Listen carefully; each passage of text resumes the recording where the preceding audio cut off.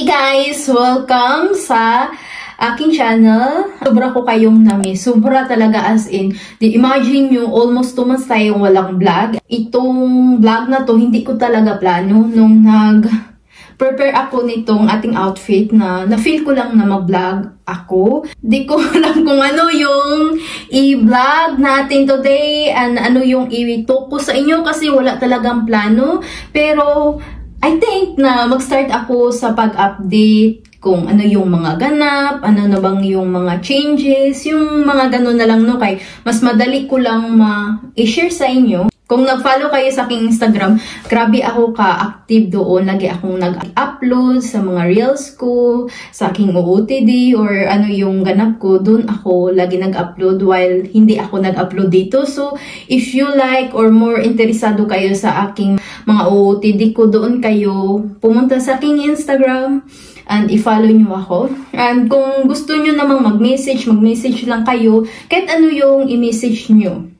Sa aking last na mga vlogs kay gusto ko yung more colorful, yung sa spring. And then sa ngayon naman na summer, kadalasan talaga yung mga outfit ko kay yung white or beige na color. And then mahilig ako sa strapless, sleeveless. Gusto ko lang yung chic na datingan ba. And then minimal lang yung ating mga pang-outfit, tapos yung shoes ko na laging mga ginagamit kay yung mga ganito na Mary Jane siya na mga shoes yung uso sa ngayon. Ito, kadalasan yung mga shoes ko kasi gusto ko sa spring and then sa summer kay pag-girly lang. Kay nung last year, mahilig akong mag-sport shoes, tapos gusto ko na blend yung pagka-feminine and masculine na outfit. Ngayon kay gusto ko lang talaga na feminine yung datingan natin. Kadalasan ko din ginagamit sa ngayon na bag kay ito. Pero last week pa lang to siyang dumating. And ngayon kasi kadalasan kay lumalabas talaga ako kaya ito yung gamit ko lagi. And I don't care kung paulit-ulit yung bag ko na ginagamit. As long as na okay siya and then comfy siya na dalhin. Kaya diba sometimes may bag tayo na di natin feel, tapos laging nakaganyan. So, ito kay magstay lang siya, tapos malaki, na di gaano ka-bulky. So, yun yung na-change sa outfit natin. So, yun yung update sa akin pang aura-aura. And then, nung May naman kay grabe na ako mag-workout. And nung April talaga kay almost 17 na ako noon. Tapos, workout talaga ako ng todo-todo. May 14 hanggang ngayon, maka-workout na ako na 4 times a week, 5 times a week. Pero before talaga niyan kay minsan nalimutan ko mag-workout, minsan 2 times a week, once a week, thrice a week. Hanggang doon lang ako. Or minsan 5 times a week. Pero hindi talaga same ngayon ba na from May mga 14 hanggang ngayon kay 5 times a week na tayo, 4 times a week yung hindi man ako maka-workout sa ngayon sa gym kay lagi akong naglalakad and wala kasi din akong pasok kaya medyo active talaga ako. Sa ngayon kay yung timbang ko hindi man gaano kahalata kay medyo malaki pa tayo. 63, 64 na lang ako. And then medyo umitim na din tayo. Unhappy talaga ako kasi lagi akong nagbibilad.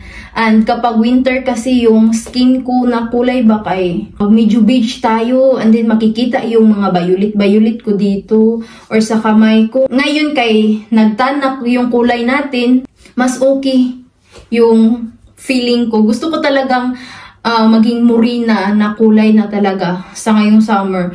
And then babalik na naman sa pag autumn na season, mag-light na naman ako. Pero at least, ma-enjoy ko yung kulay ko na morena. Yung kulay ko talaga ba na laging nagbibilad sa Pinas, yun yung gusto ko. Kaya naman yung tinted moisturizer ko ba, ito talaga yung ginagamit ko sa lagi nyong makikita before kapag ipakita ko sa inyo anong gamit ko na tinted moisturizer. Ito lang talaga. So medyo light naman siya. So kailangan ko talaga ng foundation. Ito yung i-mix ko. Sobrang dark, diba? Yung naka-dark yung mukha ko talaga. Ito din yung lipstick na gamit ko. Everyday, ito yung ginagamit ko kapag lumalakad ako. Ito yung kulay niya. Yan.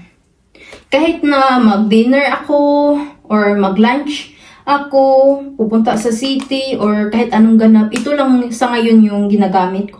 Pero namali to siya. Kaya ito man yung bibilihin ko lagi bitaw doon sa Kicks. Tapos ganito man siya. Ganyan siya. Kaso namali man yung babae. Tapos nung pag-open ko, tinatry ko na hindi ko na masauli. Tapos nagustuhan ko man siya. Kaya kung bibili man ako ng lipstick na naman, ibang kulay, ito na lang, kay madali lang siyang ilagay kaysa nito liquid. Tapos kapag ma-dry na siya, hindi magkalat-kalat. Pasensyahan nyo na talaga guys na grabe more talking yung ating intro. Matagal na tayong walang vlog, kaya para may alam lang kayo ng konti sa mga na-change sa akin. And then, alam nyo ba, na-happy talaga ako kasi more outgoing na ako. And then, friendly man ako, no? Pero wala talaga akong close friends. Marami akong friends. Madali lang ako makipagto. Pero wala talaga akong close friends. Ngayon talaga, no? Kaya may best friends na ako, may close friends. And yes, forever ko talaga ang best friend yung ate ko, si Ate Rina. Pero may best friends na din ako na classmate ko isa.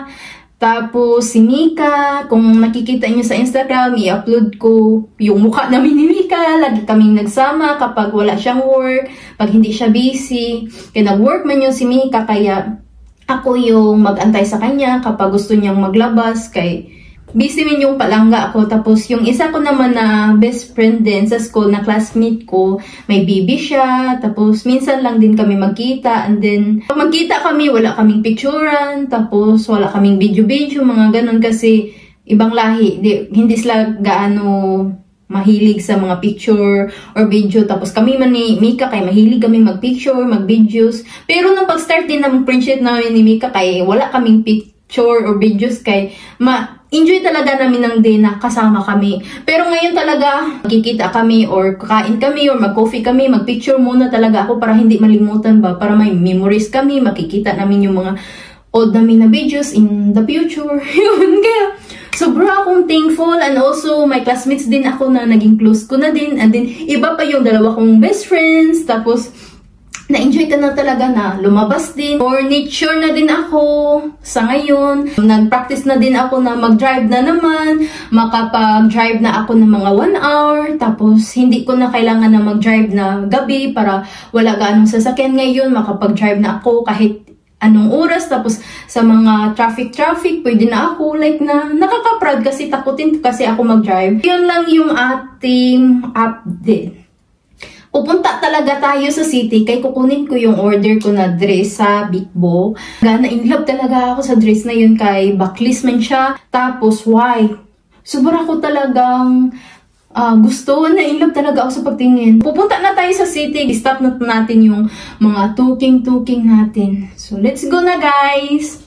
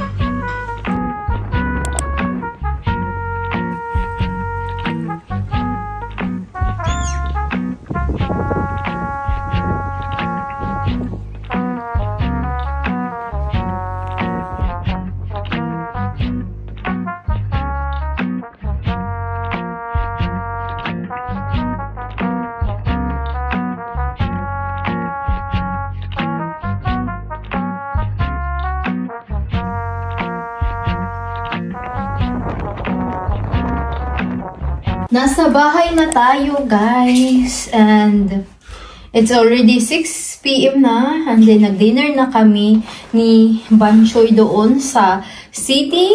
Ito na yung ating order sa Bakebook na kinuha natin. Ang ganda nito. Isukat ko muna siya para makita nyo. Ito na siya. Hawakan ko yung aking dibdib, guys. Sobra siyang open. Pero may tip ako sa inyo para makasuot kayo ng sexy. Tapos, hindi kayo makikitaan. Like, mag-steady lang siya. May tip ako sa inyo para hindi maggalaw-galaw yung damit nyo. Tapos, mag-stay lang yung damit nyo. Kumbaga, ganito lang siya. Di nyo na kailangan iayos-ayos. Mabili kayo ng tip. Double tip to siya para pangdami. Nabili ko to siya sa Shein. Mga ilang beses ko na to siyang gamit-gamit.